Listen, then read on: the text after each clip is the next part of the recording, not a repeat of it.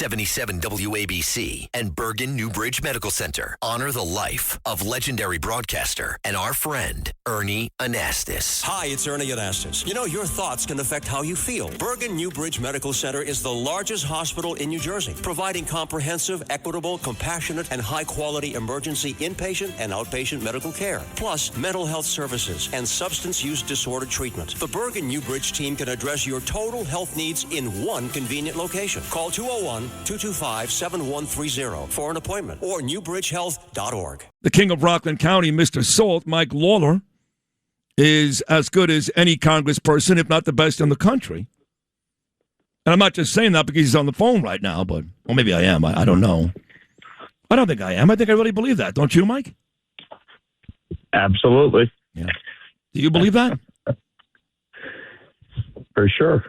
Would you actually say to somebody like I do? I always tell people I'm the best radio host in the country. I do it with no problem. Would you tell people I'm the best congressperson in the country? No, that I wouldn't do. Is it because you don't believe you are, or because you try to maintain some type of professionalism, which I don't have? You try to, there's an old saying, humble in victory, gracious in defeat. Try to be slightly humble. Okay. Well, who's a better politician, you or Rand Paul? Me by far. I've never liked that son of a bitch. I don't like Thomas Massey. I don't like Rand Paul. Way before Rand Paul's kid lashed at you on a drunken anti-Semitic rant in D.C. 2 nights ago.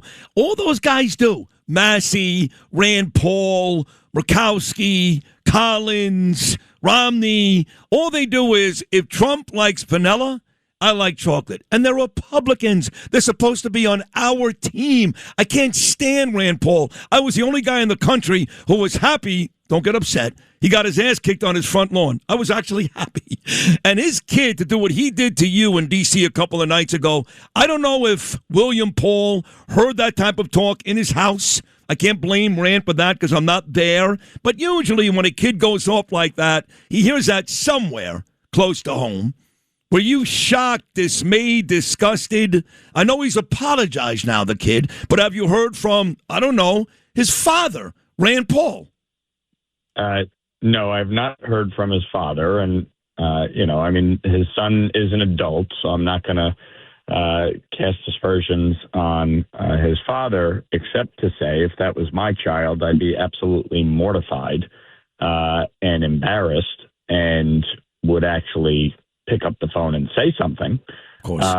But, nobody has heard from him, and from a number of reporters apparently asked him for comment, and he said he had no comment. No comment. So give me, tell me it's ridiculous. It is mind-boggling. It's grotesque, and Rand Paul should be ashamed of himself. But again, he's not a good guy. I'm sorry.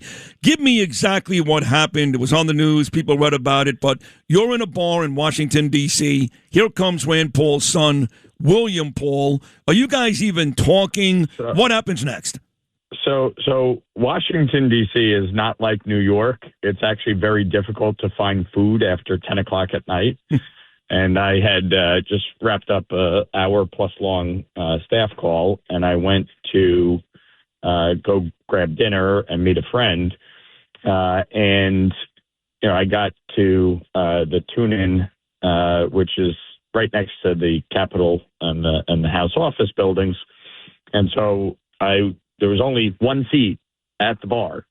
And so I went to sit down, and sitting next to me is this fully inebriated kid.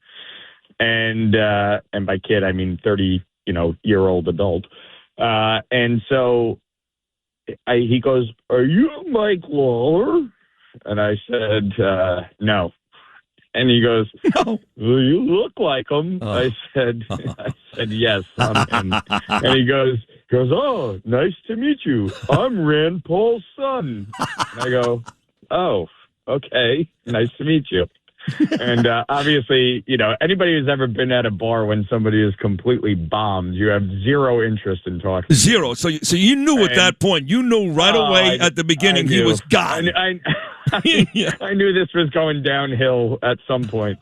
So I'm sitting there. My friend comes to meet me. We're getting food. And I get a text from a reporter, Reese Gorman, asking if I'm out and want to meet up for a drink. And I said, I'm at the Tune-In, and he happens to live right around the corner. So he came over. So he's standing right behind me. My friend is sitting right next to me.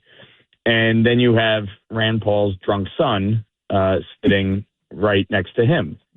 And so the three of us, excluding William Paul, are having a conversation. And all of a sudden, he jumps in and starts chastising me that if Thomas Massey loses next week, it's because of your people. Your people. Now, I'm not stupid, but I wanted to hear him say it. So I said, well, who are my people? Yeah. And he goes, Jews! Jews! I looked at it, I go, I'm sorry, what? I go, do you think I'm Jewish? Right. And he said, yes. And I said, well, I'm actually Irish, Italian, Catholic. And he goes, wait, what? He goes, you're not Jewish? I said, no. And he goes, oh my God, I'm so sorry that I accused you of that. And I was like, so I go, wait, what? I go, so, I mean, if I was Jewish, what exactly would be the problem? And he proceeded to go on a 10-minute diatribe about, how he hates the Jews. He was blaming the Jews. He was going after Paul Singer. And I politely reminded him that Paul Singer is an American citizen and allowed to engage politically just like anybody else in this country.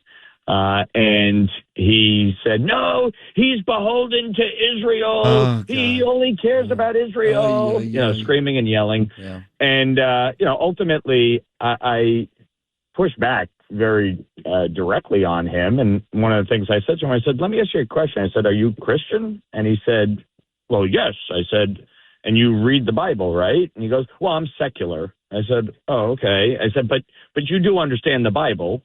And he said, yeah. I said, and you understand there's a part of the Bible called the Old Testament. Yeah. The whole thing about Judeo-Christian values, it's because it's at the core of our foundation, our Constitution, our rule of law. Like, you believe in those things, right? And he was like, well, I believe in Jesus Christ, and Jesus Christ is the only thing that matters. Sure. The Old Testament doesn't matter. I said, Doesn't matter. Okay. So, because I would tell you that wait, hold on. So I've had Father Casado on this show many times, Monsignor Casado. Anytime there's a big holiday, whether it's comes on Good Friday, comes on Christmas, and I say, can you explain to me why there are Christian people who hate the Jews? And he said, yeah, they're stupid. This is coming from Monsignor, Father Casado. He goes, because they have to know that what you just talked about, the Old Testament, that a lot of Christianity, a lot of it, is based on Judaism. By the way, Jesus was Jewish. Well, Jesus was Jewish. Right. So, and then you guys talk about Abraham. You talk about Moses. You do that in church, do you not? Of course. Right. So I said to him, well, obviously this conversation's not going anywhere. And then he went into Iran, and, the reason we're in Iran is because we're trying to steal the land for the Jews and the gays. The gays? I said, the gays? I said, what about the gays? And he goes, I hate the gays, and I hate the Jews, and I don't care if they die. And he said that? Well, he said that? Yeah. He said, I hate the gays. This is Rand Paul's son, everybody, that great guy out of Kentucky, that jerk off. His son said, I hate the gays. I hate the Jews. I don't care if they die. Correct. And I said, all right, guy, I think it's time for you to leave. This conversation is obviously going nowhere, and you need to just excuse yourself. Okay, well, no, don't forget. Hold on. But you got into words with Hakeem Jeffries a couple of months ago, which nearly came to fisticuffs. You admitted that on this program. Was that the case with William Paul, or not really? No. Listen, this kid was stumbling, bumbling. I mean, he couldn't even fucking stand or talk. But he goes. I said, listen, it's clear you hate the Jews. Don't you put words in my mouth, Mike Lawler. I said, I didn't put words in your mouth. You literally just said it. And he goes, I'm drunk. I don't know what I don't know what I'm saying. I said, I think it's time to go home. And he goes, yeah, I got to get out of here. I got to go home. He paid his bill. He tripped over his stool on his way out the door. I've done that. And I mean, now, mind you, a reporter was standing there witnessing the whole exchange. It was insane. Crazy. Oh, and I did forget this one part. In the middle of his diatribe against me, he starts yelling at me about salt. Salt. So he knew. Just totally out of left field. But he knew. Screaming at me about salt.